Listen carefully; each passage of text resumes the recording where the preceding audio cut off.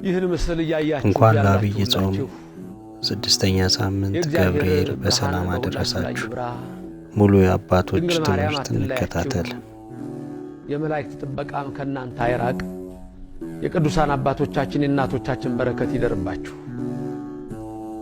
ዛሬ የምንመለከተው የዐቢይ ጾም ስድስተኛ ሳምንት ገብርኄርን ይሆናል።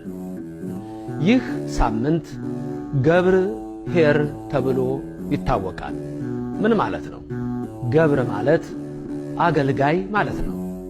ኄር ማለት ደግሞ ቸር ማለት ነው። ገብርኄር ቸር አገልጋይ ማለት ነው። በማቴዎስ ወንጌል ምዕራፍ 25 ላይ ስትመለከቱ ጌታችን መድኃኒታችን ኢየሱስ ክርስቶስ ለሶስት ሰዎች መክሊት እንደሰጣቸው ተጽፏል። ለአንዱ 5 መክሊት ሰጠው፣ ለአንዱ 2 ሰጠው፣ ለአንዱ 1 ሰጠው። በባለጸጋ የመሰለው ራሱን ነው። ይሄን ሰጣቸውና ከዛ በኋላ ሊቆጣጠራቸው መጣ ይላል። 5 የተቀበለው ቀረበ። ጌታ ሆይ 5 መክሊት ሰጠኸኝ ነበር፣ ይኸው 5ቱም አለ። 2 የተሰጠውም ቀረበ። ጌታዬ ሆይ 2 መክሊት ሰጠኸኝ ነበር፣ ይኸው እንደገና እጥፍ አድርጌ 2 አተረፍኩ አለ። 3ኛው 1 የተቀበለው ግን መጣና አንተ ካልዘራህበት የምታጭድ ካልበተንክበት የምትሰበስብ መሆንን ስላወቅኩ ደሞ ቢጠፋብኝ ብዬ ቀብሬ አስቀምጬ ይኸው ይዤ መጥቻለሁ፣ ይኸው መክሊትህ አለ። ጌታ 5 መክሊት ተሰጥቶት 5 ላተረፈው በጥቂት የታመንክ በብዙ የምትሾም ነህ አለው። 2ም የተሰጠውን እንደዚሁ በጥቂት የታመንክ በብዙ የምትሾም ነህ አለው። 3ኛውን ግን አንተ ክፉ ካልዘራሁበት የምሰበስብ የማጭድ ካልበተንኩበት የምሰበስብ መሆኔን ካወቅ ለምን ያኔ ስሰጥህ አልፈልግም አትልም አለው። መልስ አልነበረውም። ወደ ጨለማ ጣሉት።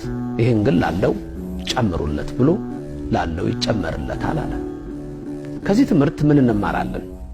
አንደኛ ትምህርቱ ለካህናት ነው። ካህናት የቤተ ክርስቲያን አገልጋዮች ከሊቅ እስከ ደቂቅ ያሉ ካህናት ከትንሹ ከአናጉስጥነት እስከ ላይ ድረስ ያሉ ካህናት የተሰጣቸውን ጸጋ፣ የተሰጣቸውን ክብር፣ የተሰጣቸውን ክህነት እጥፍ እያረጉ ምእመናንን እንዲያበዙ የተሰጠ ጸጋና ክብር ነው። ስለዚህ እግዚአብሔር ከሰጠን የሚፈልግብን አለና ያ አንድ ግን የቀበረው እንደ ይሁዳ አይነቱ ስልጣኑን ያልተጠቀመ ማዕረጉን ያልተጠቀመ ክብሩን ያልተጠቀመ እግዚአብሔርን ያልወደደ ልቡም በክፋት የተመላ ነው። 5 የተቀበለውና 2 የተቀበሉትን ገብርኄር ቸር አገልጋዮች ሲል ያኛውን ክፉን ግን ምን አለው? ገብር ሐካይ፣ ይሄ ደግሞ ክፋት የተመላ አለው። ሌላው ምእመናን እግዚአብሔር እንደያቅማቸው ሰጣቸው ይላል መክሊቱን። እንደያቅማችን ደግሞ የተሰጠን ሁላችንም ጸጋ አለ። የተሰጠንን ጸጋ ለሃይማኖታችን ምን አደረግንበት? ምን ሰራንበት?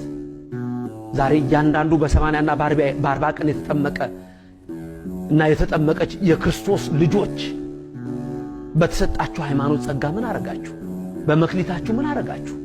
ዛሬ ብዙዎች እየጠፉ ነው። ከእውነተኛ እምነት እየወጡ ነው። ምን አረጋችሁ? መጀመሪያ ራሳችሁ እንዴት ጠበቃችሁ? ለእግዚአብሔርስ ምን ትርፍ ሰጣችሁ?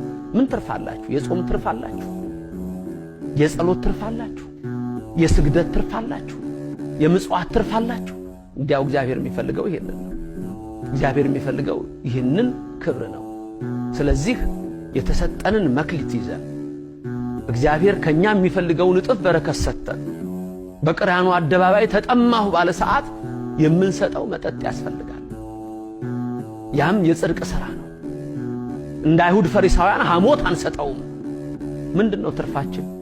ምን አተረፍን? ለዓለም የሚሮጥ ትርፍ አለ። አዎ ብዙ ክብር በዚች ዓለም ላይ አለ። ሰው ገንዘብ ይሰበስባል። ያ ወርቅ ግን ከመቃብር አያድንም። ያ ገንዘብ ግን ከሞት አይሰውርም። ከሞት የሚሰውር ከመቃብር የሚያወጣ በቀኙ የሚያቆም ግን እግዚአብሔር የሰጠንን ክብር አውቀን በዛ ፍሬ ስናፈራ ነው። ስለዚህ መልካም አገልጋይ መልካም ልጄ ተብለን እንድንጠራ እግዚአብሔር የሰጠንን እንጠብቅ። ይህ 6ኛው ሳምንት ገብርኄር ተብሎ ይጠራል። አዎ አንተ ታማኝ አገልጋይ፣ አንቺ ታማኝ አገልጋይ ተብለን ዳግም ሲመጣ በቀኙ ለመቆም ያብቃል። የተሰጠንን ክብር 5ቱን መክሊት 5ቱን ኦሪት መጽሐፍ ሌላው 2 እንደተሰጠን ብሉይ ኪዳንና አዲስ ኪዳንን እነዚህን አምነን የቅዱሳንን በረከት አምነን በዚህ ጸጋ እንድንኖር እግዚአብሔር ይርዳል። እግዚአብሔር ይባርካችሁ፣ ፊቱን ያብራላችሁ። ሐሞትን ሳይሆን መልካም ፍሬን አፍርተን አምላካችን በቀኙ እንዲያቆመን የእሱ ፍቃድ ይሁን። የድንግል ምልጃ አይለየን። አሜን።